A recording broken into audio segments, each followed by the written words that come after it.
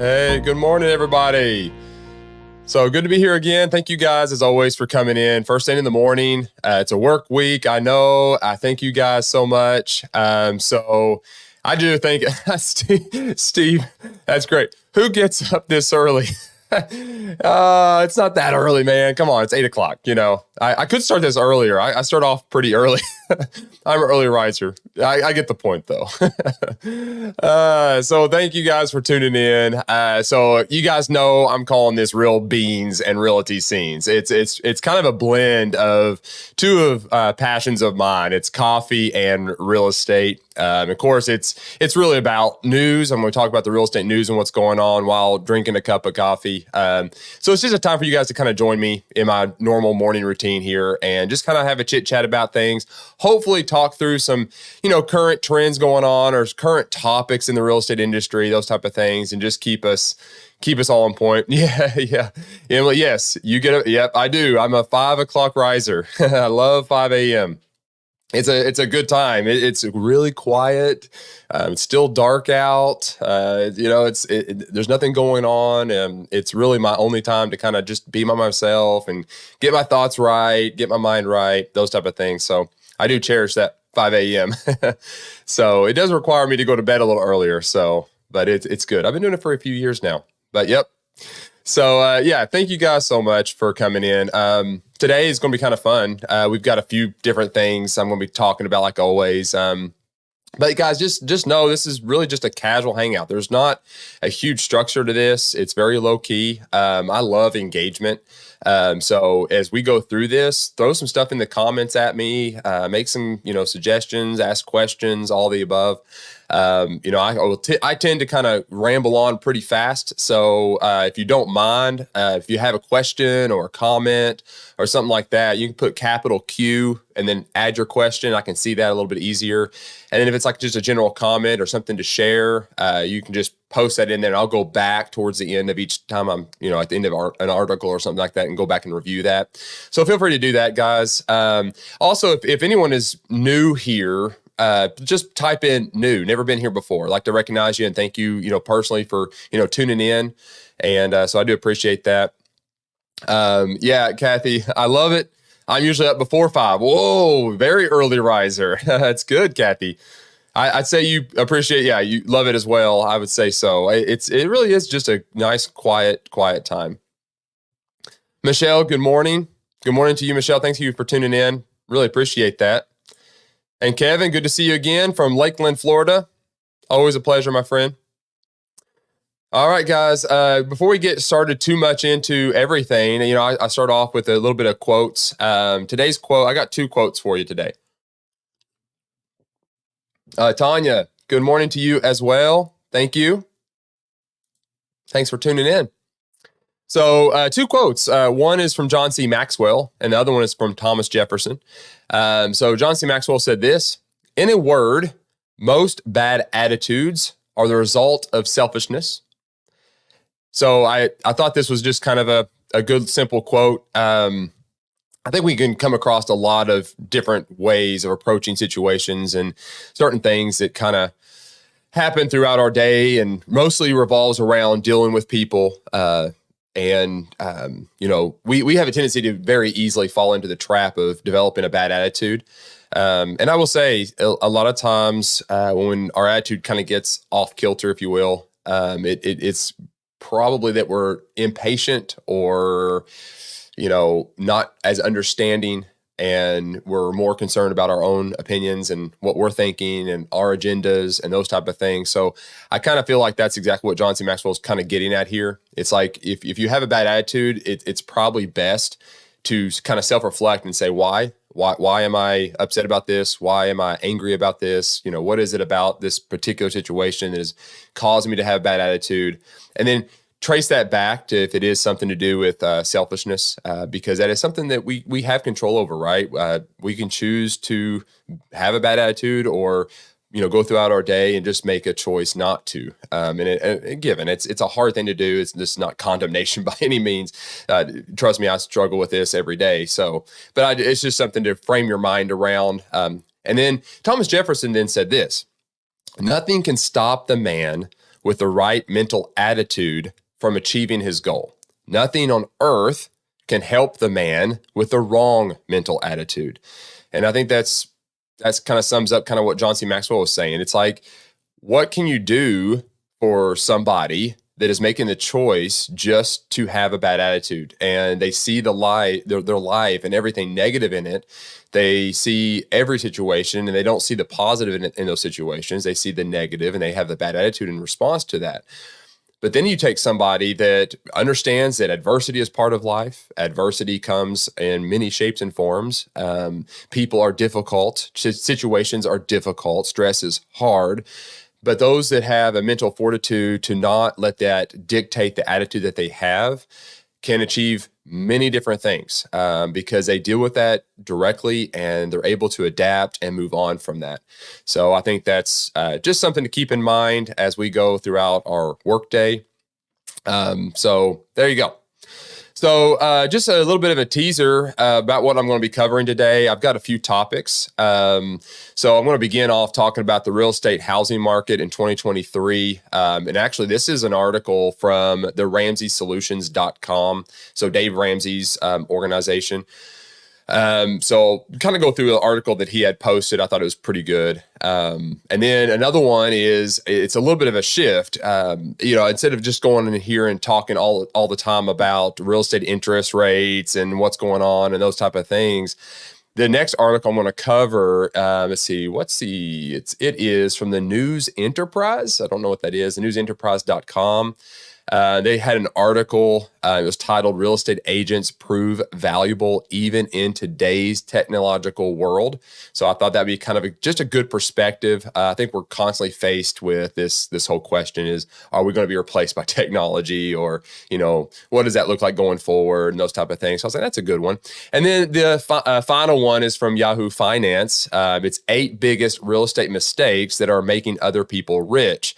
What I like particularly about this article, and as we get into it, you'll kind of see as I kind of pull things out of this, that this article in particular is a good perspective for us to see and kind of equip ourselves on certain categories in our industry to help service our customers better, because that's kind of what it's about. So it's going to help us kind of maybe I need to learn a little bit more about this, and that'll help me be a better agent to the consumer that I'm serving. So anyway, that's the main articles, but then I'm gonna actually end, and this is thanks to one of someone was watching this, one of our agents, Michelle. She had messaged me and asked, "Hey, for sale by owners, can you provide some stuff there?" And I will say this: so the last thing I'm going to do is talk about just for sale by owners, addressing for sale by owners.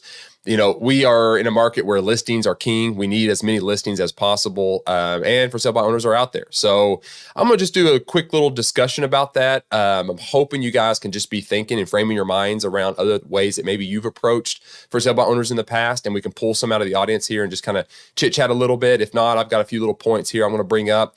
But there is a lot of information out there about how to approach for sale by owners, and I'm just going to kind of condense all of that. Maybe give you guys some guidance on there, but really looking for the power of the crowd here. So get your minds ready to contribute to for sale by owners. So there you go. All right, let's jump into this. And we're going to talk about the real estate housing market 2023, and that was with Dave Ramsey. So here we go. All right, so in this article, and this is Rachel Cruz that wrote this, and there's just a lot of just good information here. Here's the thing. If you guys are wanting to get the links to these articles that I have and you want to see those, if you don't mind, let's see if I have that as a banner. I don't think I do, but let me add this real quick. And I want you to email me and say, hey, I would like the links every week. Because the reason why I say this is YouTube and everybody else is creating it. They're eliminating links out of comments and descriptions. So we're not really allowed to kind of start posting those things in there. So they're going to be removed. So if I add them now, they're just going to be removed. So if you want to know the links, just shoot me an email right there, askadamtoday@gmail.com. and that'll go into a queue, and I'll just drop an email after the show, links that I've went over and stuff like that. So there you go. All right. So this is the real estate housing market. So to kind of summarize this first statement here, the current housing market trends have been unusual in recent years, making it important to stay updated before making buying or selling decisions. There's a lot going on in the market, a lot of shifts, a lot of changes. Consumers are becoming very confused. Do I buy? Do I sell? What's the interest rates going to be? There's still some uncertainty inside of the market. We're still seeing all of that across the board. What are the interest rates going to be this week? So there's a lot of talk. All the news agencies are talking about it. But really, it's too hard to predict a real estate market. We can make a lot of assumptions and we can use data to kind of come to that conclusion. But really what it's going to come down to is personal situations and the finances of that person. That should be the guiding force behind the consumer making decisions. There's certain situations where it makes sense for the seller to sell and the buyer to buy, and the interest rate and all those type of things. There's different scenarios out there. So we need to be, as far as agents are concerned, we need to be really equipped with understanding the reasons behind why someone should buy and sell. In light of what the market is. So just something to kind of keep in mind there. And that's the article kind of talks about that a little bit too. Hey, good morning, Tammy. Thank you for tuning in, and Rhonda as well. Thank you guys. So personal situations are the biggest thing. So we talk about when will the housing market crash. Based on the data, it's unlikely the housing market will crash in the next few years because the current market is so different from the housing market crisis that caused the Great Recession of 2007 to 2009. Lending rules are stricter now. Experts don't expect a massive amount of foreclosures.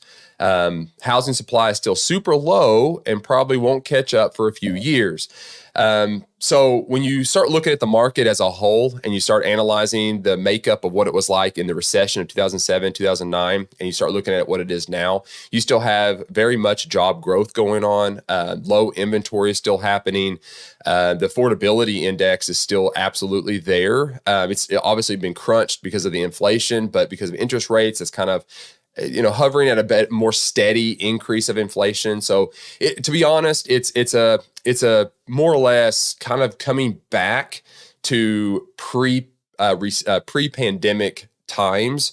We had this crazy inflation during the pandemic, and inflation got out of control. We're actually seeing just a market reset back to more traditional norms. So for agents that just got in the pandemic, you're like, wow, this is amazing. For those that have been in this for a while, we kind of like, okay, this is a little bit more normal. Phil, yeah. Phil, good to see you, man. Yeah, okay, if everyone else is saying good morning, then I will too. Good morning, Phil. It's good. That's great. All right. So what's the average house price in 2023? So yeah, this is kind of crazy. Now, again, this is national. So let's not, it's very local. Real estate is always local, but it does give you an idea about what we're seeing in the market. So obviously the intense buying frenzy of previous years has subsided some. The market is strong, but it's not crazy. There's little likelihood of a crash, right? So, but look at this price. So the average home price is around $761,540. All right, with a median increase of 6.3% to $423,495. So I like the median price. It gives us probably a better idea about the whole market. So $424,495 is what we're seeing as the average. All right, so housing market recession, what is it, and are we in one? A housing market recession means the total number of home sales has been shrinking for at least 6 months in a row. All right, so that's the definition of what a recession is. So a housing market recession means the total number of home sales has been shrinking for at least 6 months in a row. That's a good thing to kind of write down as a real estate agent. Keep in mind, that's how we know. That is the defining factor that they say we're in a recession for. Okay, so are we in some kind of recession? Well, we sort of were until the number of home sales shot up 14.5% in February 2023. Which marked the end of 12 straight months of decreases. And while Fannie Mae predicts overall home sales in 2023 to drop 18.4%, a housing recession isn't really something to worry about since home prices aren't in recession. Okay, so that's kind of the definition there. All right, so forecasts do predict a decrease in home sales. Housing bubble and stability. Are we in a housing bubble? There are concerns. There are some concerns here about a housing bubble, but current trends again are just not suggesting that a crash is imminent. They are definitely monitoring this, kind of depending on what happens with inflation, those type of things. The rapid home growth has slowed, so that brings some stability back into the market. So that probably brings us again back into more, the norms. Will it be cheaper to buy a house in 2023? So many mixed predictions about this. They do predict that there is a slight increase coming, over time, but it's again probably more based on the tradition that we've always seen. I don't think we're going to see crazy stuff going on. Prices won't likely change drastically. Is basically what I'm saying. All right. So experts at the National Association of Realtors actually predict home prices to go up by 0.3% compared to 2022. Meanwhile, Freddie Mac and the National Association of Home Builders expect home prices to drop by 0.2 or as much as 15. But again, there are no signs of rapid decreases. And minor price fluctuations shouldn't really influence your plans one way or another. So it's something to keep in mind here. This depends on the research they're pulling. Like, where are they pulling the numbers from? Like, where is the Association of Home Builders getting their numbers? Like, where are they pulling that data from? Are they focused more on larger cities or rural areas, or a mix, or what does that look like? And that's a big factor in percentages. Will home prices drop in 2023? Remember, the only factors that could cause home prices to fall rapidly are related to supply and demand. That's basic economics. If the number of homes for sale started booming, then buyers wouldn't have to compete as hard as before for such a small selection of homes. But since we've had a supply shortage for a long time now, more homes for sale would probably just help to even out the market. Okay, so will they drop? Again, this is all adjusting.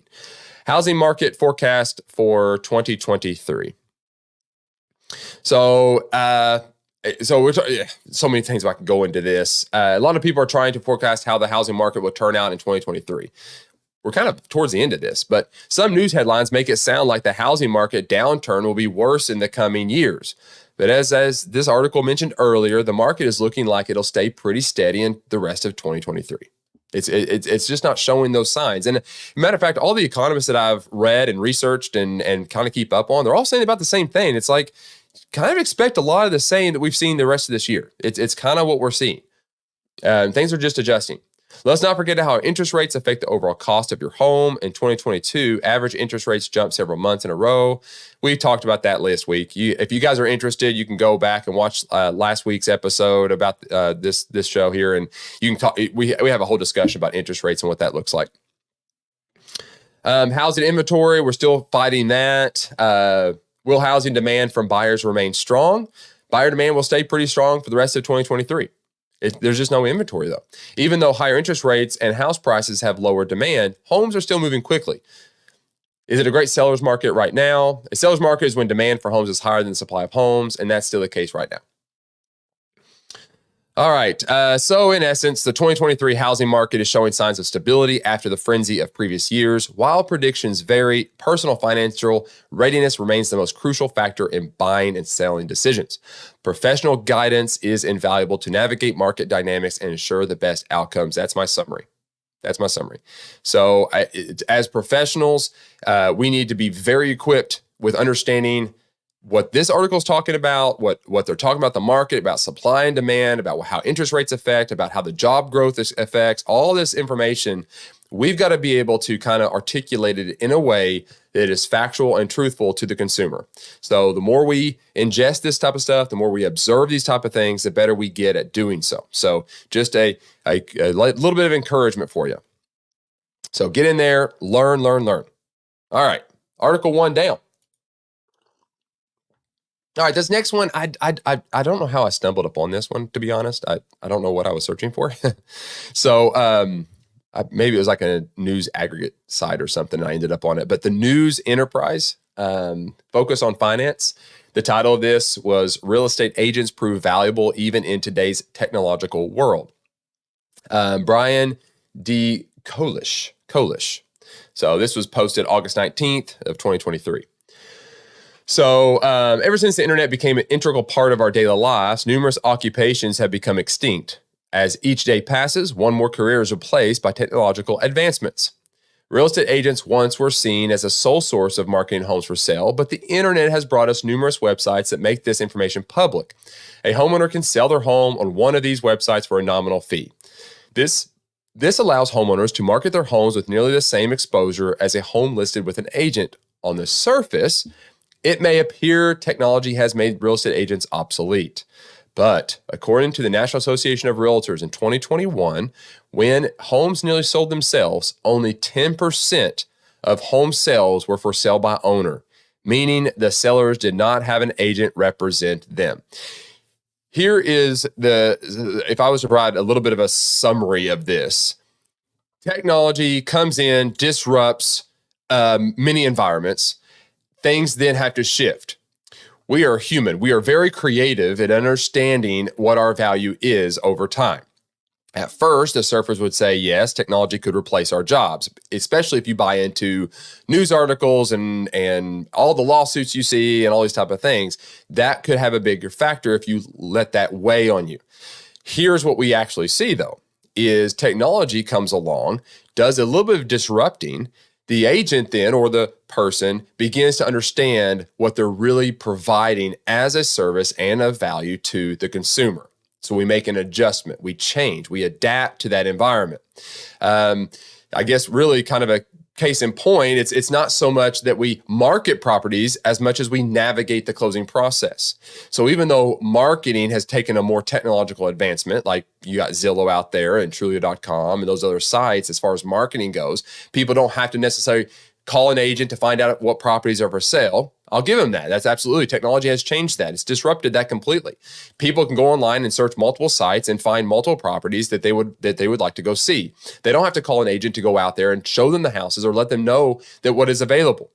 So in reality, though, what does that allow us to do? It allows us to not worry so much about marketing the property and getting it out there and making that our sole role, into more of a consumer-based value package where we're actually there as an advocate for our clients and owing them fiduciary responsibilities and being there side by side, walking them through the whole entire transaction to get them to close.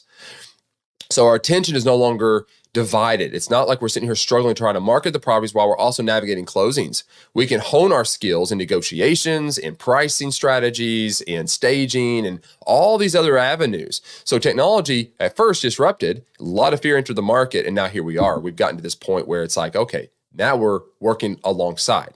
All right, so that's how I would summarize that. So let's see here. Internet, yeah. And I'm not going to spend too much time on this, but I want to summarize some of the points inside this article. I'm not going to read straight through this article, but I'm going to kind of talk about my points that I kind of pulled out. Real estate agents used to be the main way homes were marketed for sale. Internet introduced websites where homeowners can list. I already talked about that. Internet versus agents and marketing. Homeowners can now market their homes online like with an agent. But remember what the statistic just said about NAR, National Association of Realtors, said, even though for sale by owners can market their home and they can get it out there, only 10% did, even when the market was really, really, really, really good. So you have to ask yourself, why is that? Why is only 10%? If the market was so good and you put a sign out in front of your yard, you sold it, right? So why is it this home seller still chose to list 90% of the time with a real estate agent?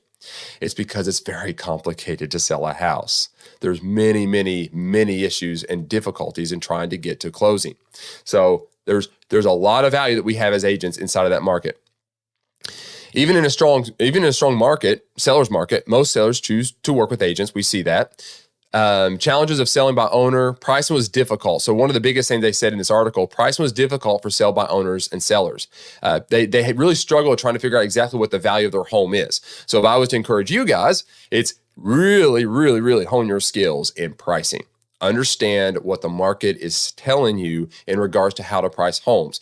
It's how you're going to help your seller get what they want, sell their house. And you're also going to be able to maximize the amount of money that they'll get in return. So that was one of the biggest ones. Let's see. Home showings and qualifying buyers was another big one. Showing homes and qualifying buyers is challenging for sellers. So another reason why technology, as far as online advertising, has not worked is they don't know if that buyer coming to their house is a qualified buyer.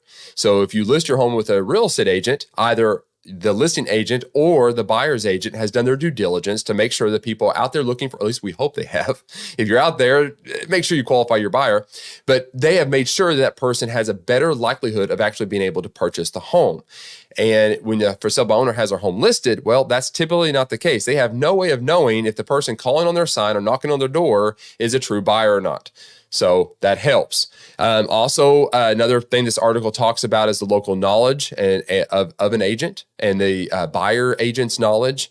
So we have an idea about what we can do and different arrangements when it comes to writing up the contracts and different financial options, and we can guide those clients along so the success rate of offer to close is higher. So again, us knowing how to navigate that area. So in summary of this article, and again, if you do want these articles, just email me, askadamtoday@gmail.com, and I'll email these out to you guys. But anyway, in summary, even when the internet's impact on the real estate industry, real estate agents retain their value due to their expertise, ability to navigate challenges, and personalized guidance in buying and selling homes. The complexities of the market and the significance of home purchases continue to make their role essential. So what I say to you guys is get out there and be very, very equipped in understanding, again, what we're talking about, how the market works, how to price homes, how to understand negotiations, know your contracts inside and out, read them, don't just fill in the blanks, understand them, articulate them to your consumer, help guide them along that process, and you will not be replaced by technology. You as an agent will not be replaced by technology. They can't replace that personal element, that personal guidance, and that safety net that you provide the consumer. So when you read an article that talks about you getting replaced, just know you're not going to be replaced as long as you provide the value back to the consumer that technology will never be able to do. It'll never be able to do it. Okay? All right. Any comments? Any thoughts? Feel free to share, guys. All right, we have one more article here. And let's see here. I'm too fast. There we go. So this one right here is just, I'm going to burn through this. 8 biggest real estate mistakes that are making other people rich. So these are categories that if I was to say real estate agents, this is why I like this article. If I was to say, how can a real estate agent provide really good value back to the consumer? And going back to the previous article, it's, technology is trying to replace us, right? So what are some categories that we could say we could really hone our skills in and understanding so we can better guide our clients? Well, one of the things that affect the bottom dollar of a lot of owners, this is from the buyer and seller perspective, but this is good information for us to have to know where we need to be training ourselves in. So number one here is not brushing up on tax policy changes, not staying informed about current tax policies related to real estate. It can lead to financial losses for your consumer. Not understanding the cost of capital gains when they sell or how that works. Not understanding your structure as far as like if you're buying commercial property, if you're structured as an LLC, S Corp, or partnerships or sole proprietor. Not understanding these type of situations going into them, you risk misguiding your consumer. And here's the thing, tax policies, they change all of the time and they're very, very complicated. And you think about estate planning. You go into, like, let's say you inherit a property where there's multiple people involved and it's an estate planning. Can you imagine if you went into that with no understanding at all about how the taxes would work in that situation? Like, how can you as the professional ultimately guide that person along that situation? So here's my summary of that. Staying updated on tax policies helps avoid surprises during sales, especially in case of divorce or any of those, or death or any of those. So become very equipped with tax policy. This article is talking about how those very things is how a lot of consumers are losing money on real estate. Not negotiating during the process or failure to negotiate. Not proactively negotiating during the buying or selling process can result in higher costs over time. Negotiation can include home price, closing costs, mortgage interest rates, and other fees. So here's the thing. There are many classes that you can take to hone your negotiation skills. And it's very obvious. It's almost like, duh, yes, if I got really good at negotiating, my client would come out ahead, right? So hone your negotiation skills. Buyers and sellers should engage in negotiation to secure the best financial outcome. All right. All right. Try to do everything alone. This is a big one. And obviously we are the professionals, so we fill this gap. And I like this little statement they made here.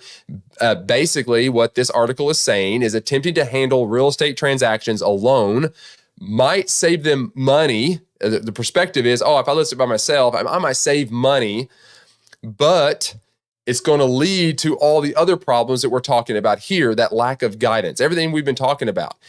That's how we actually help our consumer. So a lot of times they avoid professional help. This article is warning that that's not a good idea. Having a dedicated real estate professional helps to navigate all of these processes and protects their income.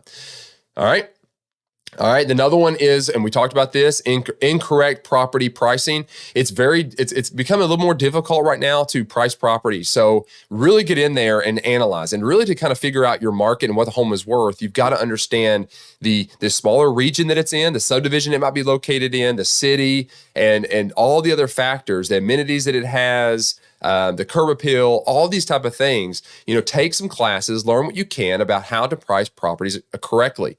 And by gaining that knowledge, you can take that knowledge and apply it to any market that you're in. And that will help you to price properties much, much, much better. So proper pricing, it does prevent undervaluing, and it does help bring in more money. A lot of sellers that sell on their own leave a lot on the table. Pricing the property wrong. Emotionally driven decisions. Letting emotions get in the way. This was a big one. Emotional involvement can hinder these whole rational decision-making during real estate transactions. So when we start talking about heightened emotions, and we've talked about that here on this show as well, it's like you're dealing with people at the most crucial element of their lives, where they're handling the most amount of money, the biggest financial investments of their lives. And there's so many different emotions. Us as a real estate agent have to enter in that being ready to be basically counselors and hold our own emotions in check. And that's where we come in. So develop the skill to not take away, or not add to the emotional situation there. So let's see. Yes, Emily, yes, going back to talking about the finances and tax stuff. Yes, thank you for bringing that up, Emily. That's excellent. What about advising them to consult their CPA? 100%. 100%. You should always advise anyone that's asking you any kind of tax-related questions. You should ask them to talk to a CPA. That's excellent advice, Emily. Thank you. And I'll even add to this too. As an agent, talk to your CPA. Ask them questions about different real estate situations and what that looks like. Get to know that whole process so you can gain a better understanding as well. Thank you, Emily. Not considering all costs of buying a home. So buyers often, they don't understand what closing costs are. They don't understand all the fees that are associated with that. They don't even understand even getting into a house. Let's say they've been renting their whole entire existence. They've never owned a home. Well, I'll tell you one thing they will not be aware of, and that's the everyday maintenance of a home. They don't have a clue what they're getting themselves into. So being aware of the cost of these type of things and guiding your buyer along that path is a great service to offer them. But because they're just not aware of all these extra costs that come along with buying a home. It kind of goes back to that emotionally driven decisions, right? They go into a house, they love the house, and maybe it's slightly outside of their budget, and they're like, well, we can probably make this work, but then they don't factor in all the other costs associated with that purchase. So those kind of go in together. Oh, we would all agree on this. Skipping home inspections, even for new properties, is not a good idea. They should always have a home inspection. And again, as real estate agents, that's what we're advising them to do. They can, it's obvious. Inspections, uncover some potential repairs need to be happening, defects that might have happened to very costly, things inside of the home. So it's really, really, really important that they do inspections. So as an agent, get very familiar with the way a home inspection works. Understand what it is they're looking for and talk to them about it, and find your trusted home inspector and have a conversation with them and ask them questions about what they do, how they do it, what are they looking for. That's just education for you. It's education for you. I'm not asking you to go out there and inspect homes, but educate yourself on the whole entire process, because by doing so, you're going to be able to guide your clients through that process as well. All right. And then, skipping important renovations or repairs. They need to be addressing the repairs immediately. Again, going back, sometimes buyers are looking at a property and they're emotionally just excited about buying the home, and they're going to say, well, we'll just take care of that after we buy it. And, so there's a lot of stuff inside of there. So just really take your time to understand what it takes to repair things. I'm not saying you need to quote properties and you need to have quotes on how much it will cost to fix things. I would say don't ever make a quote on, hey, that's going to be about $5,000. Don't say it loosely, but just have a general idea about what it might look like to do a repair, and just kind of guide them and encourage them to talk to contractors. But again, as a professional, what I would say for you to do is find a contractor that you like. Again, go to them, have the whole conversation and say, look, I've had these kind of problems in my home inspections. What would be your approach to this situation? How would you fix this problem? I've had mold in the crawl space and mold in the bathrooms. And what's the remediation for that? Like, how do you guys go about, eliminating that? What exactly is mold and how does it work? Or how important is structural beams, and how do you guys go about replacing structural beams, right? Like, find an engineer and talk to the engineer about what they're looking for when they crawl under a house and they start looking at things. Like, what is it that they're looking for? This is all really good information for you guys to have. Because according to this article, it's one opinion, but I would say I would agree with most of it, is that these are the problems and the consumer is having with buying a home that they are losing money on, that's costing them thousands and thousands of dollars. And as agents, if we can get really, really equipped on these things, we're going to do exactly what the previous article did, is not be replaced by any kind of technology, because technology can't replace what we're talking about here. All right. So there you go. All right, now we are absolutely changing gears now. We're gonna have a whole conversation about for sale by owners and what that kind of looks like. So get your thinking caps on. Please be ready to share some stuff. If you guys got anything about for sale by owners or FSBOs, I'll probably start saying that the rest of this at time we're here together. But so I want to say again, this is from a good friend, Michelle. Thank you for suggesting this. She's looking at going after FSBOs a little bit more. And so I was like, well, great. I had asked last week for people, if you guys are out there and you guys have something you want me to discuss, please send it to me. Let me know. Again, that's what this is for. Shoot that over. If there's a topic you want me to kind of dive into and discuss here, by all means, send it to me. I would love to kind of hash things out with everybody. We're doing this together. I like learning and I like research. So you're feeding that desire. Give me some targets, guys. Give me some targets. I want something to do here. I want something to research. All right. Yeah, there you go. Thank you, Michelle. Yeah, excited to hear what you have. Well, hopefully I don't let you down. But I will say this again. There is a ton of information out there. A ton of information. So for sale by owners, what I'm going to do now, I want to do this. I want to talk first and foremost, and I'm going to run through some statistics. I'm going to run through all kinds of stats in regard to FSBOs.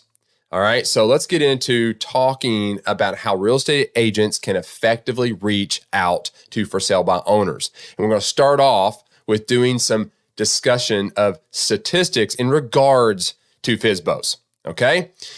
All right, we talked about this earlier. This is a 2020 result, but this says FSBO sellers represented 8% of all homes sold in 2020. Now, 2022 was 10%, so a little bit of an uptick, better market, right? But here you go, still 8% of all homes sold in 2020. From 1981 to 2020, FSBO sales dropped from 15% of all sales to 8%. So as technology advanced, so you think 1981 to 2020, the percentage of for sale by owners went from 15 to 8%. So what does that tell you? It tells you that even though technology was getting rampant, things were happening, it actually created probably more confusion. So it drove more people into the real estate agents' pockets. So realize that technology sometimes is a disruptor in the opposite effect, right? The source of those two statistics is the National Association of Realtors. FSBO homes sold for an average of, this is a good one, FSBO homes sold for an average of 5.5 to 26% less than comparable homes listed on the MLS. Okay? 73% of buyers think either themselves or their agent could out-negotiate a FSBO seller.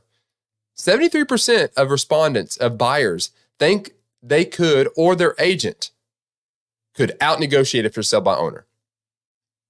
That's the source of that was Collateral Analytics and the National Association of Realtors and the Clever Real Estate. They kind of compiled that data. All right, 61% of FSBO sellers are trying to save money. That's one of the major reasons that they go for sale by owner. So keep that in mind. Keep that in mind. What they're trying to do is save money. Go back to what I just said, though. Average selling price was 5.5 to 20% less than comparable homes listed on the MLS. Okay. 37% are trying to save time, which is a funny statement. 36% are confident they can sell without an agent.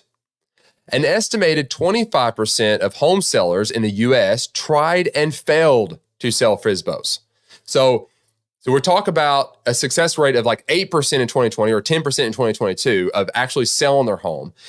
An estimated of 25% of all for sale by owners in the U.S. tried to do it and failed. So it's a high percentage of failure.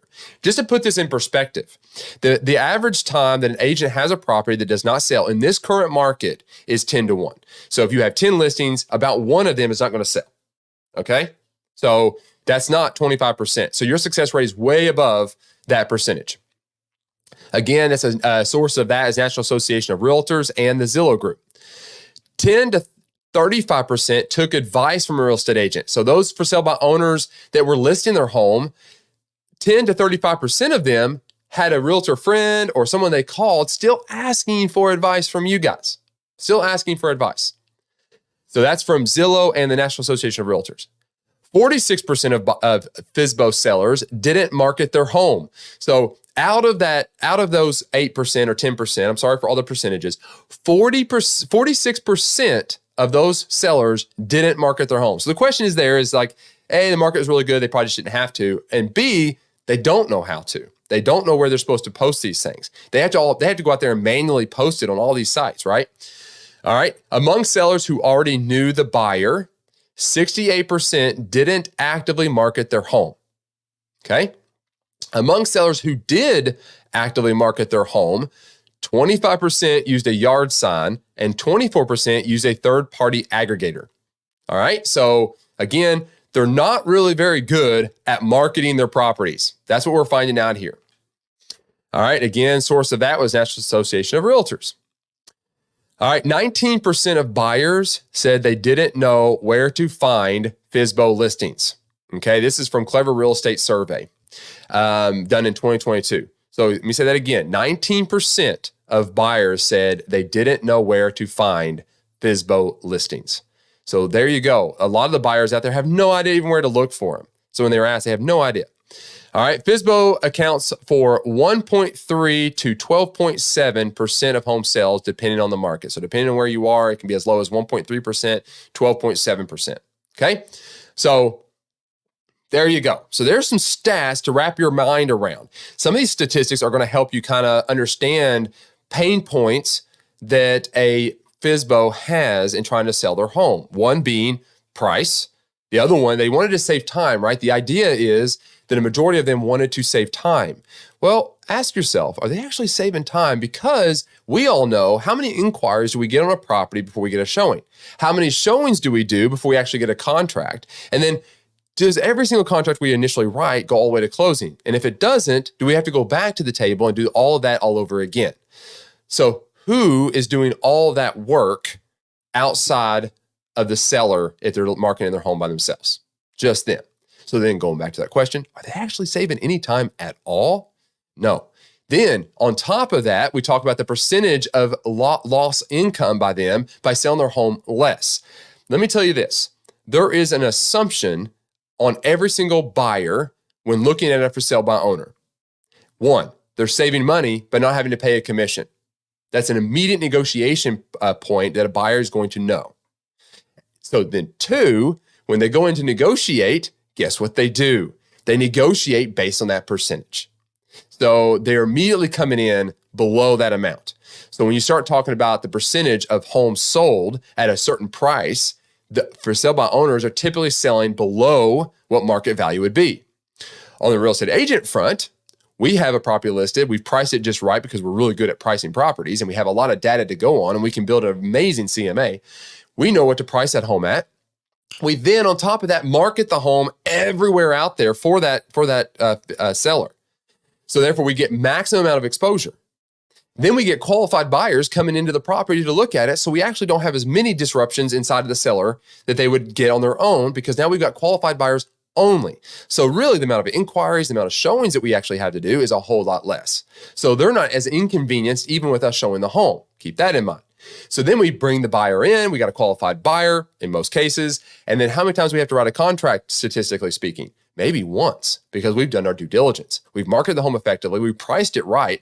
So we know that as a matter of fact. We push back against the buyer and say, hey, we know we got it priced right. So we push back and we negotiate. And then the seller and the buyer can't get emotions involved because why? They're not communicating. They have to go through their real estate agent. So emotions are devoid of the whole conversation. There's no sob stories going on. We're able to address the facts and the facts only to maximize their profit. So there's a lot of pain points inside of this. So a lot of the complaints that for sale by owners are having are the very ones that we address just by doing our jobs. So it's very easy to see that. All right, there you go. So now let's talk about some steps, okay? What is the steps as far as for sale by owners are concerned? Feel free to share in the comments though. Step one, I would say this: research and preparation. Here's the thing. It is very, very important of you guys to get out there and gather every bit of information you can about a certain property that you're trying to acquire. Start by researching online, like platforms like Zillow, Redfin, any local real estate postings you may see, like on Facebook. Look for properties that have been listed as FSBO. So you can type in FSBO or type it all out, for sale by owners, those type of things. Do a Google search, put the city name in there. Begin to pull things up and pull all the data you can. Go to public records and pull that data. Look at the stats, look at the sales prices. Really, really, really get into the weeds there, into the data on that property that you're trying to go after. Pay very particular attention to property history. And that means in regards to any recent sales in the entire area. If it's a subdivision, look at recent sales in that area. And then also analyze the current property's condition. What is the condition of that property?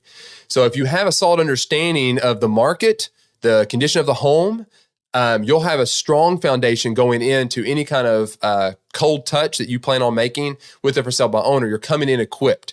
So very step one is research and preparation. Make sure you have all that in place. Step two is going to be kind of really honing in a compelling value proposition. So what is it that you actually provide that seller? Now, at the very beginning, I gave you all kinds of pain points that for sale by owner has. You need to go back and ask yourself that question. Am I good at all of those categories? Can I get better at those kind of categories? And if I can get better at those categories, can I offer that as a value back to the consumer? Okay, so keep that in mind. Now that you have the information about the property, it's time to craft that compelling value proposition. What you need to do is think about things that set you apart from other agents. Are you known for your outstanding negotiation skills? Do you have a proven track record of selling, of getting property sold quickly, particularly in that area or in the city, wherever? Perhaps you have access to a vast network of potential buyers. Maybe you've got very good communication with your team members inside of your office, and you know what buyers they have. So you can go into the seller and say, hey, I know so-and-so in my office is looking at these they've got buyers for these type of properties, right? So make sure your value proposition directly addresses the FSBO's potential pain points. So we talked about a lot of them up there. All right, that's step number two, is hone in on what you're really, really good at and make that your value proposition. All right, step three is I would say approach. I'm gonna say in-person approach. I do think that that's a better way of doing it. A lot of people do not like to do cold calls and those type of, I'm sorry, not cold calls, but door knocking. They don't like to do door knocking, so they'd rather like do a cold call or send an email or leave a note or those type of things. And I understand that, but that's really not the best way to convert a for sale by owner. They have pain, right? They want to sell their house, they want to do it, and they have a lot of agents knocking on their doors. I understand, but you do need to kind of get over that. It is really the most effective way to convert a for sale by owner is to establish that personal connection at the beginning. All right. So when you do visit the property, though, be sure to dress professionally, approach the owner with a friendly and confident demeanor. Know what your value is. Go in head held high. Know exactly what it is that you are offering that consumer. Understand their home, understand the market, be confident. It's very, very key that you are confident when you knock on that door. You are the professional. You have the answers to help them with their problem. That's the goal here, right? But be friendly and cordial and very engaging, asking them probing questions and those type of things. Start by introducing yourself and complimenting the property. Okay. If you know a lot about the property, that's fine. And you might just hate the property and you might see all kinds of problems with it. And you might say, if I had this listing, this is what I would change. I think we would all agree that's not the best way to start a conversation. So be sure to compliment the property at first. Okay. After a little bit of small talk, segue into discussing how you might be able to help them achieve what they're ultimately out to do, sell their home. Okay. So here's just a brief little script for you. In-person script would be something like this. Hi there, I'm Adam Gullett with Century 21 Advantage Realty. I've been helping families find their dream homes for 15 years. I noticed this beautiful property and I thought I could bring some interested buyers your way. With my research on how to price properties effectively, combined with my marketing expertise, I would say include a few, value propositions here, some things that you can help them address. So my marketing expertise or my pricing, my understanding of the market and what prices could be, I can help you secure a great deal while saving you time and stress. What do you say we team up for a win-win situation? And that might be too forward. Maybe you could just tone it down even more and say, look, I'm in the area. I'm really wanting to know everything I can about certain properties. I see that you're trying to sell your house.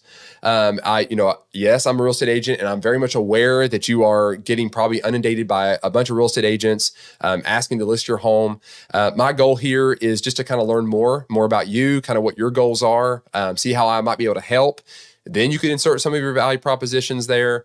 Again, the goal here is focus on them. Focus on them. If you want to talk about your value proposition, that's fine, but just make it quick and short and get right back to what it is that they're trying to do. And ask them, hey, so I'm just kind of curious, have you had some success? Is there any struggles going on? Is there anything I could do to help? I'm in the neighborhood. I'm talking to other, owners all the time. And I just want to offer my service for you for that. And just have a nice casual conversation. So that would be my approach to that. Keep it very, very simple. Don't overcomplicate it, especially the initial touch.